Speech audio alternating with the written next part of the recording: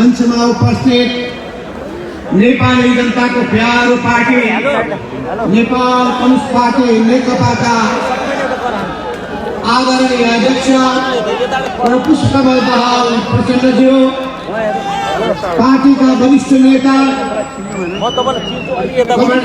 खनालज्यू, मंचमा उपस्थित पार्टीका स्थायी कमिटी, केन्द्रीय कमिटी लगायत सिंहै बागमती अञ्चलबाट 2 नम्बर प्रदेशबाट सिंहै देशबाट थोरै संख्यामा हुनुभएका तर लाखौं लाख उपस्थिति भएको यो संख्या केही पनि होइन। यो त काशी हो, काशी। अहिले अगाडिको बाटो मात्रै भरिएको होइन, दाहिनेतिरको बाटो मात्रै भरिएको होइन, देब्रेतिरको मात्र बाटो भरिएको होइन, यो टुली खेलको पछाडिको पनि सिंहै एरिया भरिएको छ।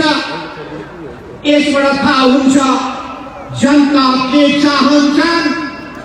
केपी ओलीका संविधान विरोधी कदमका विरुद्धमा, अप्रजातान्त्रिक कदमका विरुद्धमा, निरंकुश कदमका विरुद्धमा संघर्षको मैदानमा आफ्नो उपस्थिति देखाउन चाहन्छन् र केपी ओली नाम तले बढ्न थाहा हुँदैन। वास्तवमा उहाँको नामको यसका विरुद्धमा लडिकन अर्को उपाय छैन। त्यसो हुनाले यहाँ उपस्थित भएका सम्पूर्ण आदरणीय जनसमुदायहरू, तपाईहरुको विशाल उपस्थितिका लागि, तपाईहरुको जुझारु भावनाका लागि तपाईहरुलाई हाम्रो पार्टीको तर्फबाट क्रान्तिकारी लाल सलामको अभिवादन गर्न चाहन्छु। आजको यो उपस्थितिले मलाई जनआन्दोलनको झिझकको दिइरहेको छ। 62-63 को आन्दोलनमा जसरी जनताहरू लाखौं लाखको संख्यामा देशैभरि जागेका थिए, सिंगो काठमाडौँलाई आन्दोलित बनाएका थिए, केपी ओलीलाई कम्युनिस्ट पार्टीको अध्यक्ष पदबाट निष्कासन गराऊ। अब हामी उहाँलाई कम्युनिस्ट पार्टीको सदस्य पनि हुन लायक नभएको हुनाले अनुशासनको कारबाही गर्नका लागि स्पष्टीकरण सोधेका छौं। उहाँले अहिलेसम्म त्यसको जवाब दिनुभएको छैन। अहिले कतिपय पार्टीको मनमा शंका लागेको छ, यो कतै नाटक त गरिरहेका छैनन्, यी कम्युनिस्ट नेता होइनन्, कतै हामीलाई धोका त दिने होइनन्। हामी मूल्यको राजनीति गर्छौं, विचारको राजनीति गर्छौं, गर्ने मान्छे होइन। त्यसो हुनाले उहाँमा कम्युनिस्ट चरित्रको क्षयीकरण सुरु भयो। म यहाँ देखिरहेको छु 2 नंबर प्रदेश से लोकसभा आया है। अपने सबके क्रांतिकारी लाल सलाम कर रहा हूँ। वो साथ पनि हराओ, धारामा टिक्न नसकेपछि, संविधानको प्रावधानमा टिक्न नसकेपछि हाम्रा ओलीजीले के गरे थाहा छ? धाराको उल्लेखै नगरिकन राष्ट्रपतिका चिठी पठाएका रहेछ। सर्वोच्च अदालतमा पोल खुलेछ। सर्वोच्च अदालतमा गएको चिठीको पोल खुलेछ। हतार त्यो चिठी गायब पार्न खोजिएको छ रे भन्ने हल्ला मैले सुनेको छु। किन संविधानको प्रावधानमा, संविधानमा लेखिएको कागजले उहाँलाई त्यो अधिकार दिँदैन। उहाँले पछि राष्ट्रपतिको नामबाट जुन सूचना जारी गरिएको छ राष्ट्रपति कार्यालयबाट, त्यहाँ के लेखिएको छ भने नेपालको संविधानको धाराको साथसाथै अर्को शब्द थपिएको छ, अन्तर्राष्ट्रिय अभ्यास। कुन अभ्यास भनेको? ब्रिटेनको अभ्यास खोजेको। ब्रिटेनमा 5 वर्षसम्म संसद विघटन गर्न पाउँदैन। अन्तर्राष्ट्रिय अभ्यासको कुरा गर्ने हो भने श्रीलङ्कामा मनपरी ढङ्गले विघटन गर्न पाउँदैन। त्यो अभ्यास खोजेको हो। सिंगो देश संकटमा परेको छ। सिंगो नेपाली जनताहरू भोलिको भविष्य के होला भन्ने कुरामा चिन्तित छन्। संवैधानिक संकट आएको छ। सबै राजनीतिक दलहरू विरुद्धमा संघर्षको मैदानमा उत्रिएका छन्। सबै ठाउँमा हामी देखिरहेका छौँ पार्टीका कार्यकर्ताहरू आन्दोलित छन्, आम जनसमुदायहरू आन्दोलित छन्। अस्ति हामी पोखरा गएका थियौँ, गण्डकी प्रदेशको भेला भयो, विशाल कार्यकर्ताको उपस्थिति थियो। 1 नम्बर प्रदेशमा त्यस्तै छ, 2 नम्बर प्रदेशमा त्यस्तै छ। रिपोर्ट पाइरहेका छौँ सिङ्गो 3 नम्बर प्रदेश, यो बागमती प्रदेशमा अनि 4 नम्बर भनिएको गण्डक प्रदेशमा अनि 5 नम्बर भनिएको लुम्बिनी प्रदेशमा, 6 भनिएको कर्णाली प्रदेशमा, 7 भन्ने गरिएको सुदूर पश्चिम प्रदेशमा अनि देशभित्र मात्रै होइन अरू प्रवासी नेपालीहरूको माझमा पनि आन्दोलनको भावना जागिरहेको छ। पार्टीले मलाई खटाएको थियो निर्वाचन आयोगमा गएर सूर्य चिन्ह ल्याउने मान्छे म यहाँ जिउँदै छु, त्यसो भए यसको माया ममता कसैको छ भने हाम्रो छ। गणतन्त्र हामीले ल्यायौँ, गणतन्त्र प्रतिको माया ममता कसैको छ भने हाम्रो छ। संघीयता प्रतिको प्रतिबद्धता हाम्रो छ, माया ममता हाम्रो छ। केपी ओलीलाई छैन। हाम्रो देश नागरिकहरू ती सबैको निम्ति यो पार्टीले नै अवश्य पनि राम्रो काम गर्नेछ। भएका कमी कमजोरीलाई सुधारेर आगामी दिनमा हामी फेरि केपी ओलीको भस्मासुर प्रवृत्तिलाई परास्त गरिसकेपछि नयाँ शक्तिका साथ, नयाँ ऊर्जाका साथ, नयाँ संकल्पका साथ हामी अगाडि बढ्ने बाचा कबूल गर्दै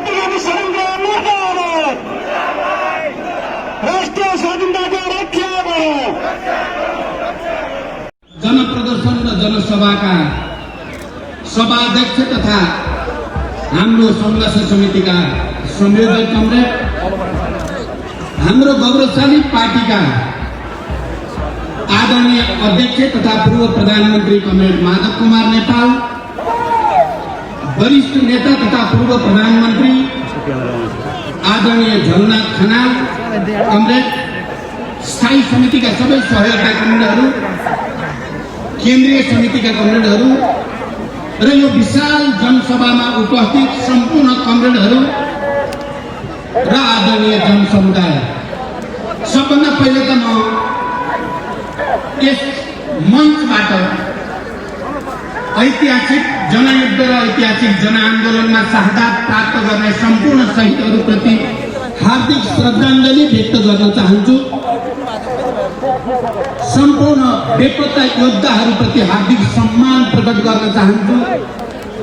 सबै घाइते अपाङ्ग योद्धाहरूप्रति पनि शीघ्र स्वास्थ्य लाभ र हार्दिक सम्मान व्यक्त गर्न चाहन्छु। साथसाथै म सम्पूर्ण शहीदहरूका आदरणीय परिवारजनहरू, बेपत्ता योद्धाका सबै आदरणीय परिवारजनहरू र घाइते अपाङ्गका परिवारजनहरूप्रति पनि हार्दिक सम्मान प्रकट गर्न चाहन्छु। मैले शान्ति प्रक्रियामा आए यता र खास गरी शान्ति सम्झौता वरिपरि अनि 62-63 को जनआन्दोलनमा यति विशाल जनसागर एकैचोटि काठमाडौँमा देखेको थिएँ। आज झन्डै 12-14 वर्षपछि आज फेरि त्यसरी नै जनसागर काठमाडौँका सडकमा उत्रिएको छ। म एकचोटि तपाईँ सबै जनसमुदायलाई फेरि पार्टीको तर्फबाट मेरो तर्फबाट क्रान्तिकारी अभिवादन भन्न चाहन्छु। तपाईँहरूप्रति हार्दिक सम्मान व्यक्त गर्न चाहन्छु। यो जनसागर जो उत्रेको छ 12-15 वर्षपछि फेरि एकचोटि काठमाडौँका सडकहरूमा यहाँका प्रतिक्रान्तिकारीहरूलाई देखाउनको निम्ति यहाँका प्रतिगामीहरूलाई नेपाली जनता जागिसकेका छन्, सुत्नेवाला छैनन् भन्ने कुरा प्रमाणित भएको छ। त्यसको लागि पनि म तपाईहरु सबैलाई हार्दिक धन्यवाद भन्न चाहन्छु। हामीले नेपालमा शान्ति सम्झौता मार्फत,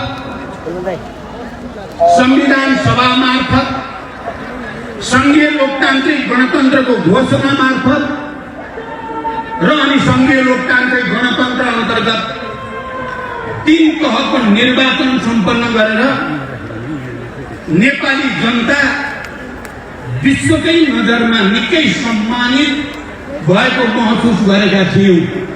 युगान्तकारी परिवर्तन, ठुलठुला त्याग, तपस्या, बलिदान, जनताको विशाल पहलकदमी मार्फत 250 वर्ष पुरानो शाहवंशीय राजतन्त्रलाई ढाल्ने र गणतन्त्रसम्म देशलाई ल्याइ पुर्याउने गौरव नेपाली जनतालाई प्राप्त भयो।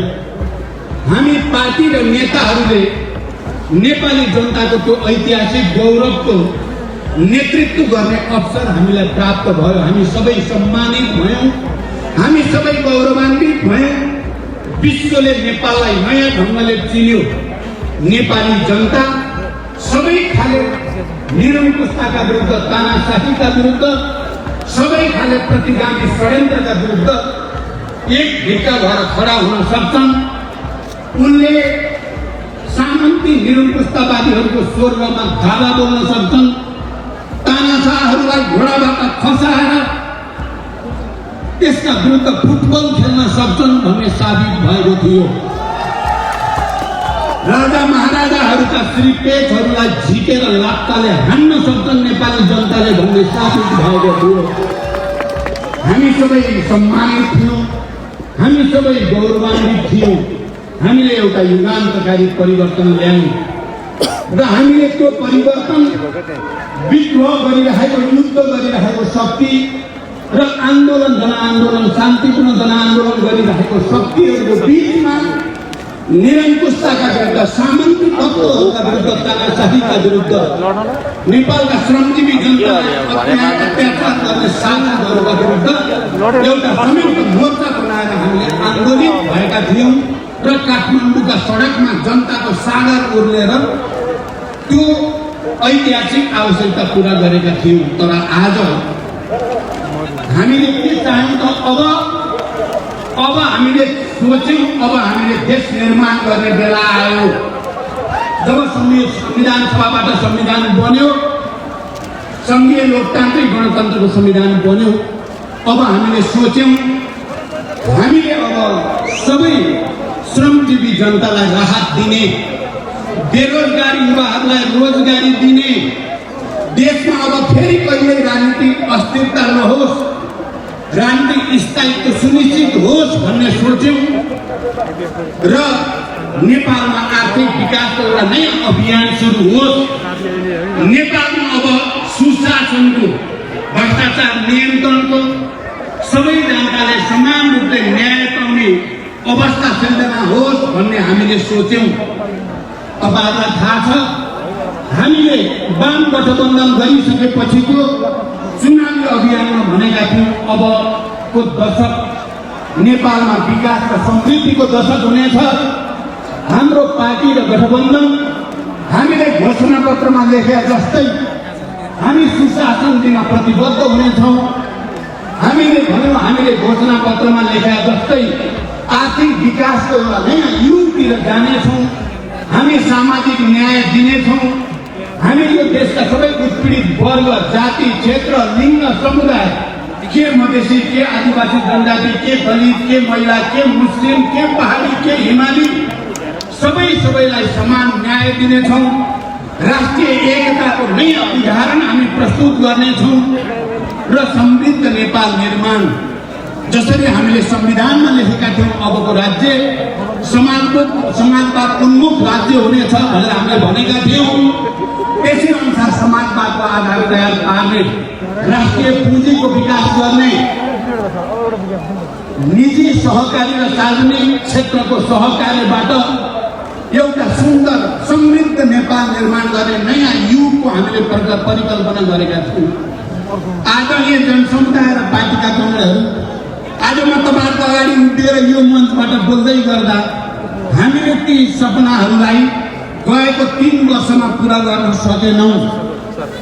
मैले त सोचेको थिएँ पार्टी एकता भइसकेपछि, जनमत 2/3 जनमत हामीले प्राप्त गरिसकेपछि हामीले हाम्रो घोषणापत्रमा भने जस्तै सबै क्षेत्रमा न्यायको एउटा नयाँ युग सुरु हुनेछ, सुशासन र पारदर्शिताको एउटा नयाँ युग सुरु हुनेछ, सबै उत्पीडित वर्ग, जाति, क्षेत्र, लिङ्ग समुदायले राहत पाउनेछन्, सबै अप्ठ्यारोमा हाम्रो कम्युनिस्ट पार्टीको नेतृत्वको सरकारले राज्यको तर्फबाट सबैलाई राहत दिनेछ भन्ने हामीले सोचेका थियौँ। तर म अहिले लामो व्याख्या गर्ने समय छैन, हामीले त्यसो गर्न सकेनौँ। हामीले केपी ओलीलाई प्रधानमन्त्री बनाएपछि र कम्युनिस्ट पार्टीले झन्डै 2/3 बहुमत ल्याएपछि हामीले घोषणापत्रमा भने जस्तै गर्न नखोजेको चाहिँ होइन। हामीले पार्टी एकता गर्दा भएका सहमति र समझदारी लागू गर्न नखोजेको होइन। सुरुदेखि नै हामीलाई आभास भएको थियो केपीजीले सहमति गर्ने, कार्यान्वयन एउटा पनि नगर्ने, सहमति जे पनि गरिदिने प्रधानमन्त्री पाउनको लागि, तर सत्ता प्राप्त गरेपछि एउटा पनि सहमति कार्यान्वयन नगर्ने लक्ष्य देखिएकै थियो। हामीले त्यसका विरुद्ध बहस सङ्घर्ष गरेका पनि थियौँ। तर म आज यो ऐतिहासिक मञ्चमा खडा भएर के भन्न चाहन्छु भने हामीले यो 3 वर्षमा केपीलाई पहलाउन सकेनौँ। सायद हाम्रा पनि केही कमजोरी रहे। मैले त प्रस्तावमा लेखेको पनि छु, केपीलाई कुनै तरिकाले सम्झाइ बुझाइ ठकाइ गरेर अलि उदारतापूर्वक कतिपय उहाँका कुरा मानिदिएपछि ठिक हुने हो कि पार्टी पनि बच्ने, देश पनि अगाडि जाने हो कि भन्ने ठानेर हामीले जे गर्यौँ, परिणाम के देखियो भने त्यो तरिकाद्वारा केपी ओली प्रवृत्तिलाई ठिक गर्न सकिने रहेनछ।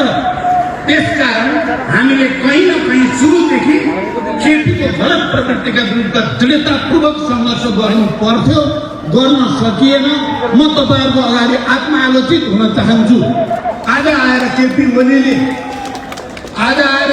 ओलीले खालि पार्टी विधान नमान्ने मात्रै होइन, पार्टीभित्र भएका सहमतिहरू नमान्ने मात्रै होइन, देशको संविधानै नमान्ने, सङ्घीय लोकतान्त्रिक गणतन्त्रै नमान्ने र विध्वंसतिर जाने जो काम भयो, हामीले अब केपी ओलीलाई मात्रै दोष दिएर हामी चोखै हुन्छौँ जस्तो मलाई लागेको छैन। म तपाईँ जनसमुदायलाई साथी राखेर के प्रतिज्ञा गर्न चाहन्छु भने अब हामी त्यस्तो केपी प्रवृत्ति जस्तो प्रवृत्तिप्रति उदार भएर भित्रभित्र सङ्घर्ष गर्ने अनि उनको लागि काम गर्न, उनको प्रवृत्तिलाई अगाडि बढ्न दिने त्यस्तो खालको भुल अब हामी गर्ने छैनौँ। म तपाईँहरूको अगाडि प्रतिबद्धता र सङ्कल्प व्यक्त गर्न चाहन्छु। त्यसो गरेर फाइदा हुँदो रहेन त प्रमाणित भयो। हामीले सुरुदेखि भएको सहमतिलाई दायाँ बायाँ हुन नदिएको भए सायद केपी बेलैमा नाङ्गिन्थ्यो कि बेलैमा केपीलाई एक्सपोज गर्न सकिन्थ्यो कि आज फर्केर हेर्दा मलाई त्यो लाग्छ। तर हाम्रो कमजोरीलाई, हाम्रो उदारतालाई कमजोरी ठानेर केपीले जुन दुस्साहस अहिले गरेका छन्, हामी अन्ततः तपाईँहरूको अगाडि आउन बाध्य भयौँ। मैले र माधवले या झलनाथ खनालले र नारायण काजी श्रेष्ठले या सचिवालय र स्थायी समितिमा सङ्घर्ष नगरेको चाहिँ होइन, तर हाम्रो सङ्घर्षले मात्रै केपीको निरङ्कुशतावादी सोच, अहङ्कार या केपीको विधान नमान्ने, पार्टी नमान्ने, पार्टी निर्णय नमान्ने, हिजो राजनीतिक प्रतिवेदन र विधानमा भनेका कुरा नमान्ने कुरालाई सच्याउन सकिएन। हामीले सच्याउन सकिएन। हाम्रा पनि समीक्षा गर्नुपर्ने भयो। तर हामी राष्ट्रप्रति इमान्दार छौँ, छौँ। हामी तपाईँ जनसमुदायप्रति इमान्दार छौँ।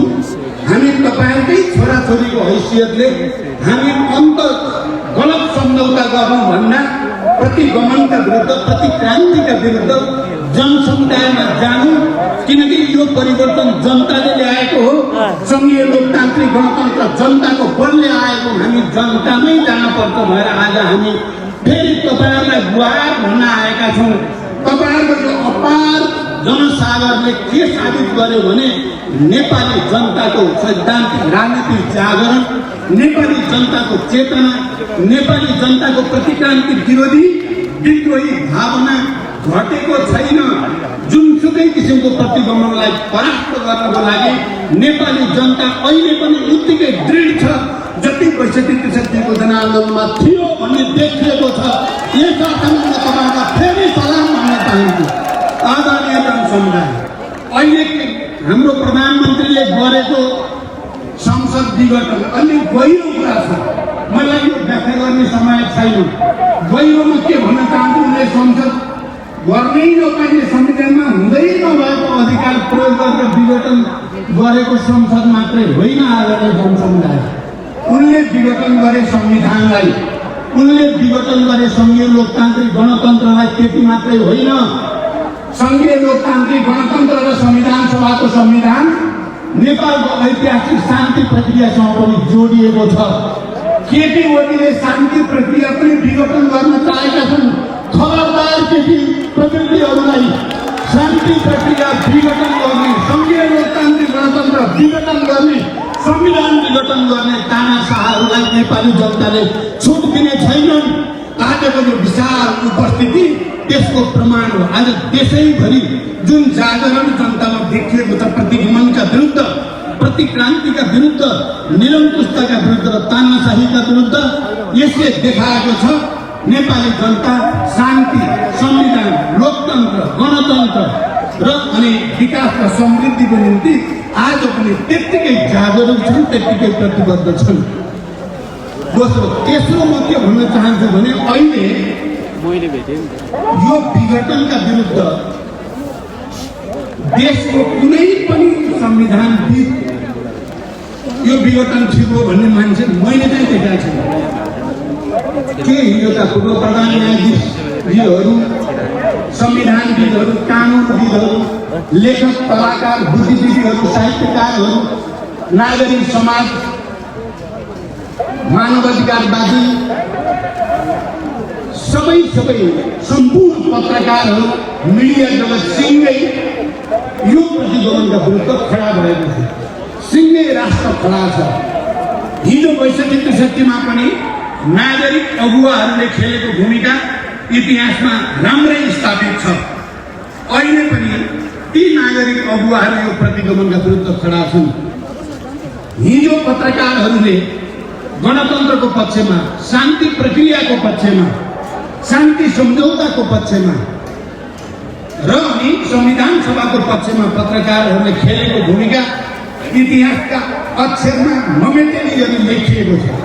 अहिले पनि पत्रकार जगत सिँगै यो विघटन र विसर्जनका विरुद्ध खडा छ। त्यसकारण यसले के साबित गर्छ भने उनीहरूले भन्ने गरेको कुरा झुटो छ। अघि यहाँ कमरेडले राखिसक्नुभयो, घनश्यामजीदेखि माधवसम्म आइपुग्दा धेरै कुरा गइसकेको छ। म त्यतापट्टि धेरै जान चाहन्न। म के मात्रै भन्न चाहन्छु भने यो सिँगै राष्ट्र फेरि एकजुट भएको छ। सबै विवेकशील, इमान्दार, राष्ट्रभक्त सबै समुदायहरू एक ठाउँमा केन्द्रित भएको छ र यो प्रतिगमनका विरुद्ध खडा भएको छ। यो कुरा आइ नै सकेको छ। म त्यसलाई धेरै भन्न चाहन्न कि केपीजी र केपी नजिकका मान्छेहरूले हामीले सेटिङ मिलाइसकेका छौँ भनेका छन्। धेरै नै उनीहरूको सेटिङलाई जनताको तागतले त्यो सेटिङ भत्काएर नयाँ सेटिङ, जनताको पक्षमा सेटिङ खडा हुन्छ भन्ने विश्वास म व्यक्त गर्न चाहन्छु। जनसागर र देशैभरि देखा परेको विरोध प्रदर्शनहरू सबै ठुला सहरहरूमा माधवजीलाई भर्खरै भन्नुभयो हिजो मात्रै सुर्खेतमा र अस्ति पोखरा अरू विभिन्न ठाउँ नेपालगञ्ज बर्दिया सबैतिर देशैभरि जनताको जो सागर देखा परेको छ यो आफैमा ऐतिहासिक छ र यसले त्यस्ता षड्यन्त्रकारी सेटिङ सिद्ध्याएर जनताको सेटिङ खडा हुँदैछ। जनताको सेटिङलाई कसैले पनि भत्काउन सक्दैन। तर म के भन्न चाहन्छु भने हामीले भनेका छौँ, हामी निर्वाचन आयोगमा नि पटक पटक गएका छौँ, भनेका छौँ हाम्रो भरोसा छ, हामीले अदालतप्रति भरोसा गरेका छौँ। यो सङ्घीय लोकतान्त्रिक गणतन्त्र पछिको संविधान सभाबाट बनेको संविधान पछिको अदालत हो, निर्वाचन आयोग हो, संवैधानिक आयोग हो।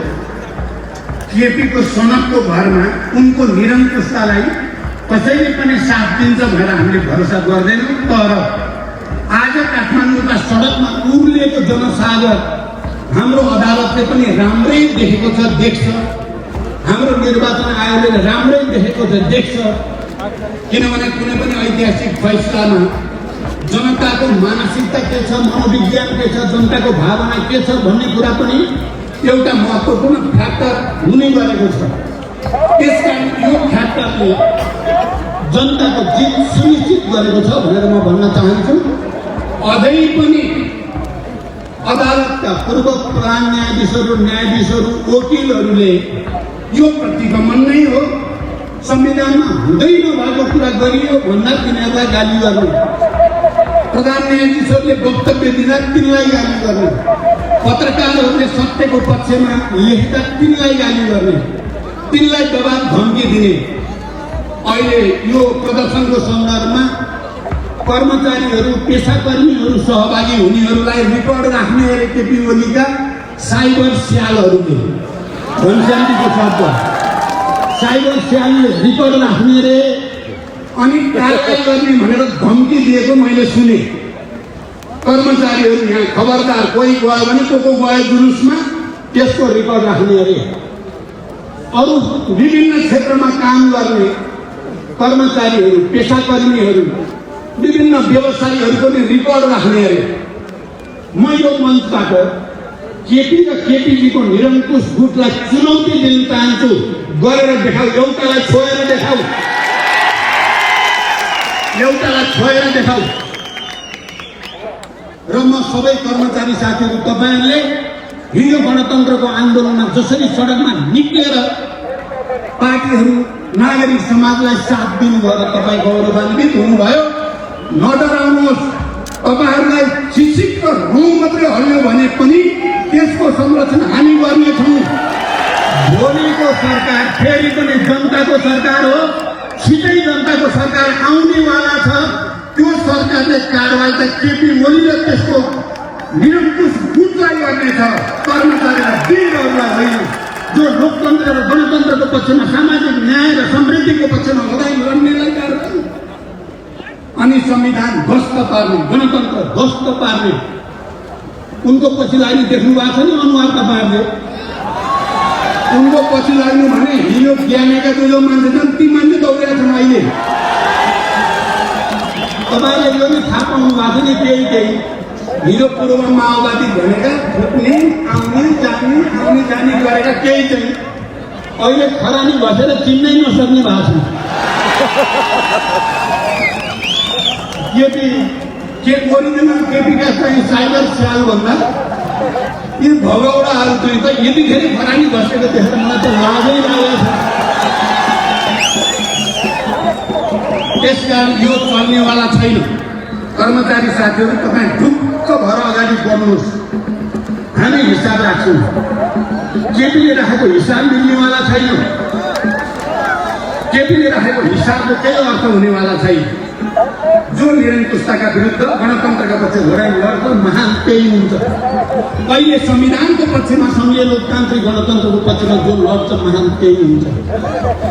हामीले खोजेको के छ त? अब म यही कुरा थोरै राखेर टुङ्ग्याउन चाहन्छु। हामीले पार्टी त्यस्तो बनाउन चाहेका छौँ जो सिद्धान्तमा आधारित होस्, मार्क्सवाद लेनिनवादमा साँचो अर्थमा आधारित पार्टी, त्यसको निर्देशनमा चल्ने पार्टी बनाउन चाहन्छौँ। हामी समाजवादप्रति इमानदार, सामाजिक न्यायप्रति इमान्दार पार्टी बनाउन चाहन्छौँ।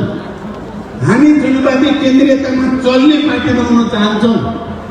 हामी संगठनात्मक विधि पद्धतिमा चल्ने पार्टी बनाउन चाहन्छौँ। हामी नेपाली जनतालाई खुसी दिनु, नेपाली जनता अथवा श्रमजीवी जनतालाई राहत दिने सक्ने र त्यसको नेतृत्व गर्ने पार्टी बनाउन चाहन्छौँ। हामी सामाजिक न्याय सहित निजी सहकारीसँग राम्रो सहकार्य गरेर, सार्वजनिक क्षेत्रसँग सहकार्य गरेर समाजवादको नेपाली मोडेल बनाउन चाहन्छौँ। समाजवादको नेपाली मोडेल खडा गरेर विश्व सामु हामी देखाउन चाहेका छौँ।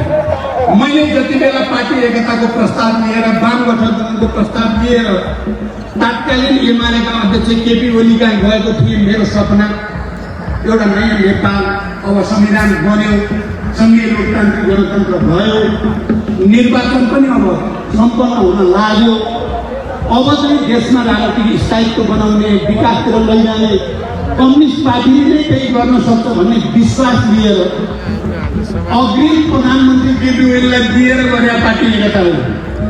प्रधानमन्त्री नदिए भए त हुने रहन्छ पार्टी एकता। अब उनलाई त प्रधानमन्त्री बाहेकै चाहिएर रहन्छ। अहिले मलाई पो भन्दा उल्टो प्रचण्डलाई प्रधानमन्त्री चाहिए हुनाले पिछलो गरेको भन्छन्। योभन्दा 8औं आश्चर्य मैले अरू कहीँ देखिदिनँ।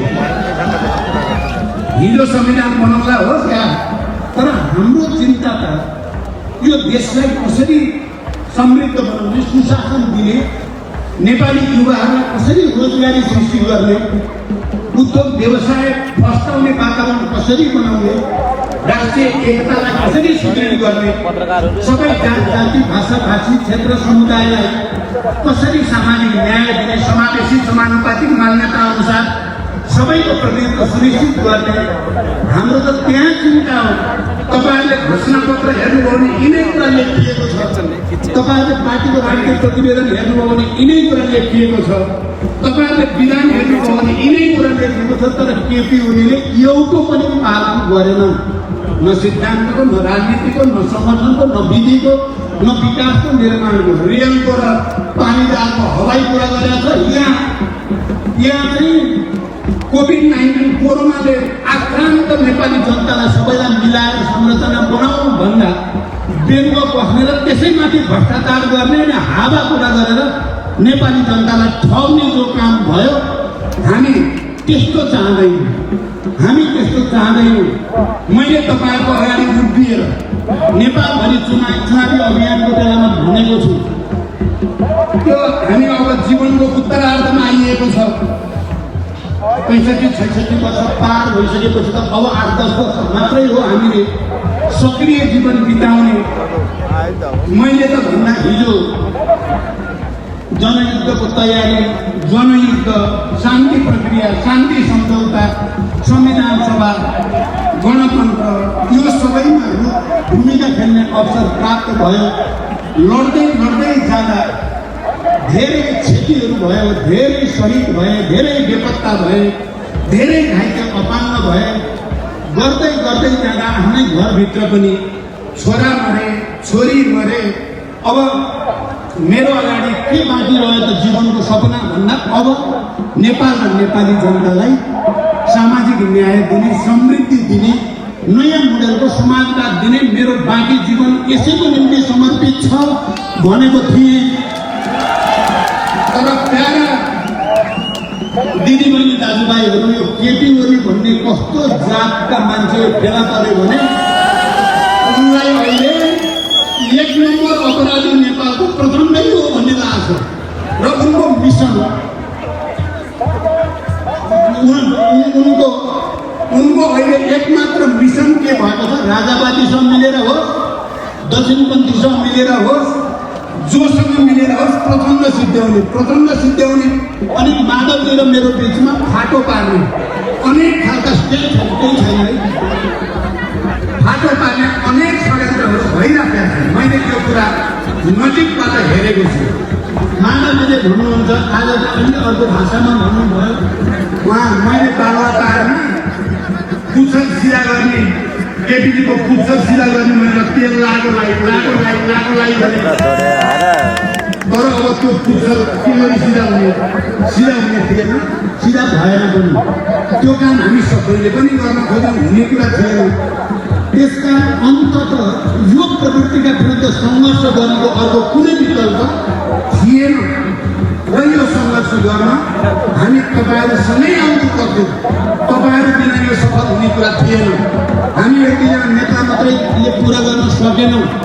मैले यसमा आत्मकथन गरि नै सकेको छु, तर जनता साथमा भइसकेपछि फेरि इतिहासको कुनै पनि ताकतले हामीलाई हराउन सक्दैन।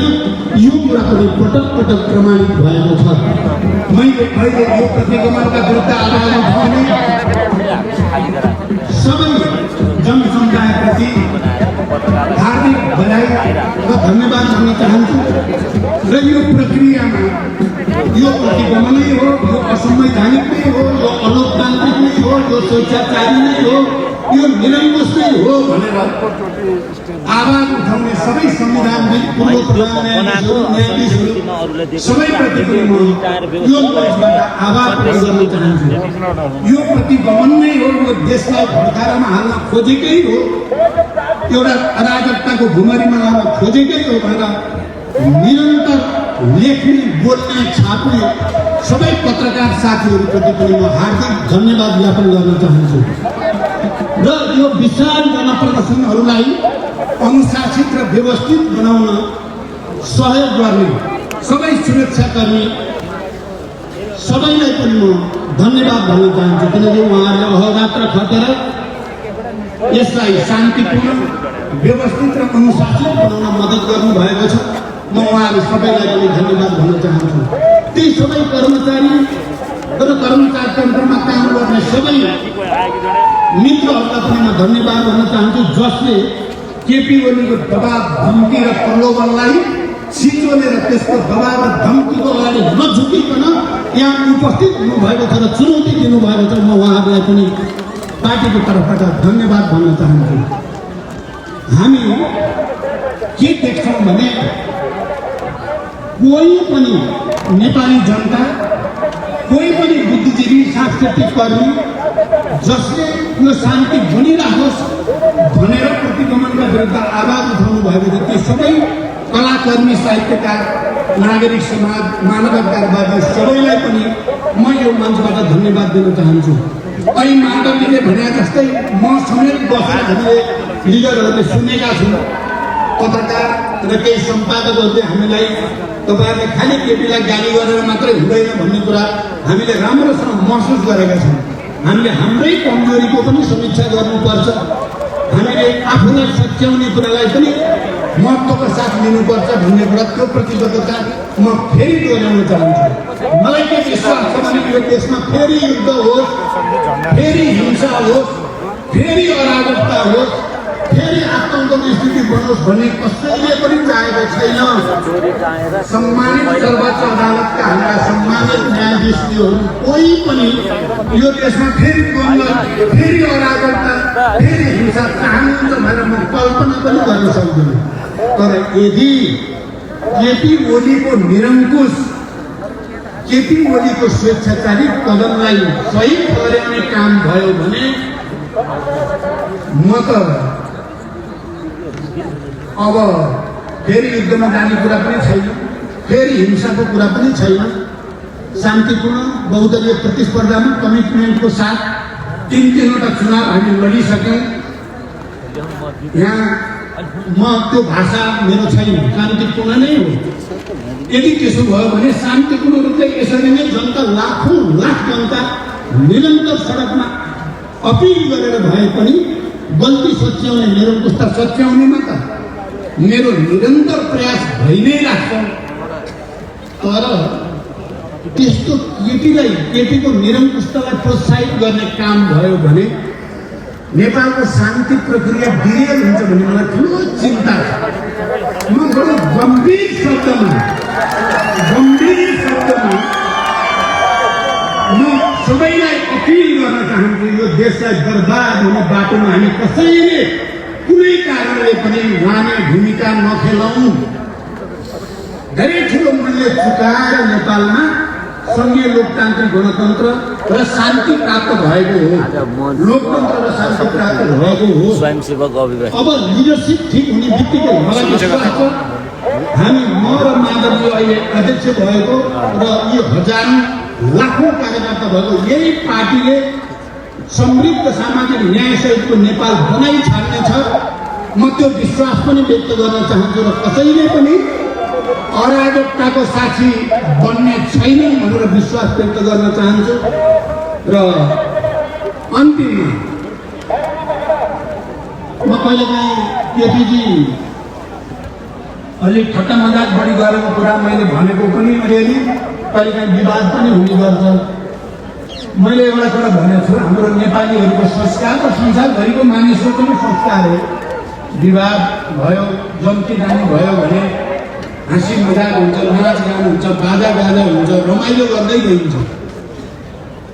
मार्क्सवादले हामीलाई के भनेको छ भने यो आन्दोलन सङ्घर्ष भनेको जनताको लागि उत्सव हो क्या। उत्सव जस्तो किन उनीहरूले अधिकार पाउँछ नि त जनताले आन्दोलनबाट अधिकार प्राप्त हुन्छ। त्यहाँ त्यो उत्सव जस्तो हो। त्यहाँ नाचगान हुन्छ, जोस हुन्छ, आवेग हुन्छ, रमाइलो हुन्छ। तर हाम्रो केपीजी आन्दोलन भएपछि उहाँ रुन थाल्नु। कुरा गर्नु केपीजीको चाहिँ को अस्ति बसिसकेपछि गणतन्त्रको आन्दोलनमा माधवजीले मलाई धेरैचोटि भन्नुभएको छ झलनाथजीले सबैले गणतन्त्रको आन्दोलन हुनु हुँदैन भने नोट अफ डिसेन्ट लेख्न लगाउने मान्छे हुनुहुन्छ केपी ओली गणतन्त्र हुनुहुन्न भनेर।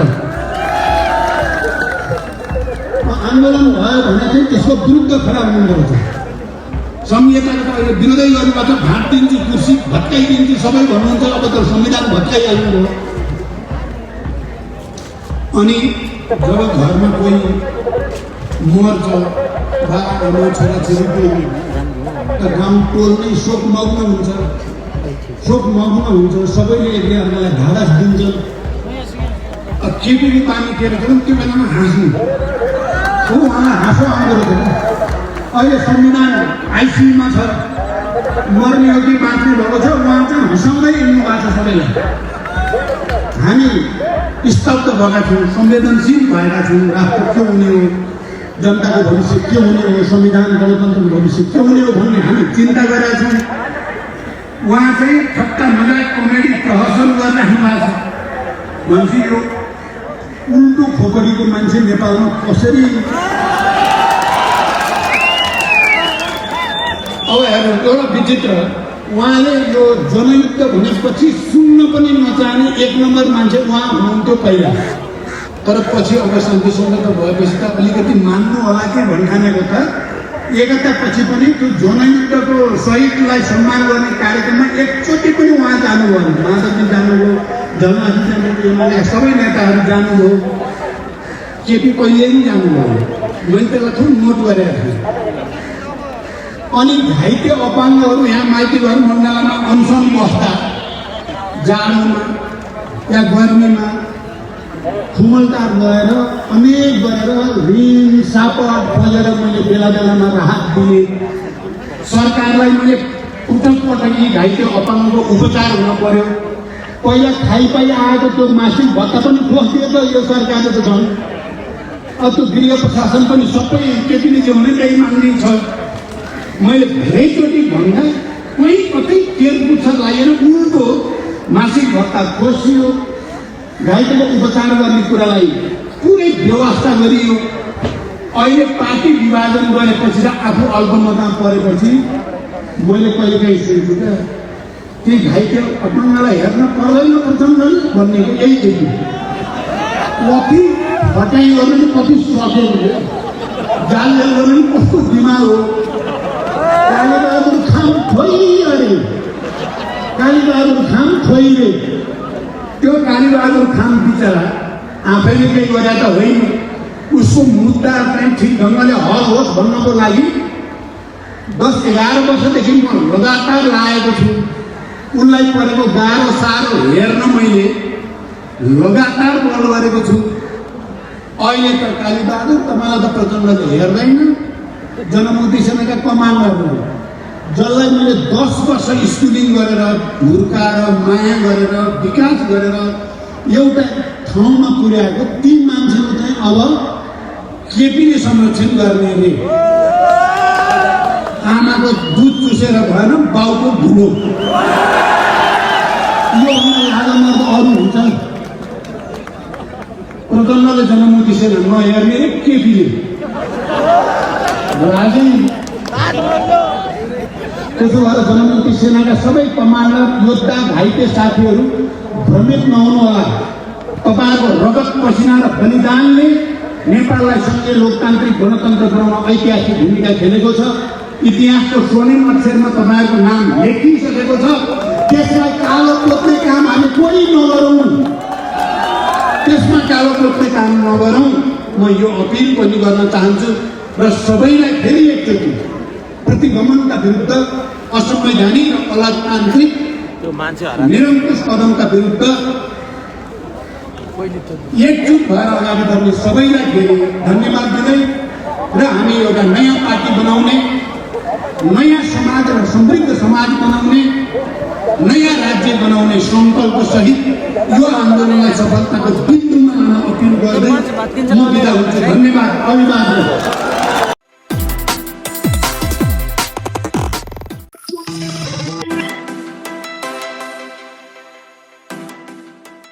फेरि तपाईँलाई क्रान्तिकारी लाल सलामको अभिवादन गर्दै आफ्नो मन्तव्य यही अन्त्य गर्न चाहन्छु। हस्त। धन्यवाद। लाल सलाम।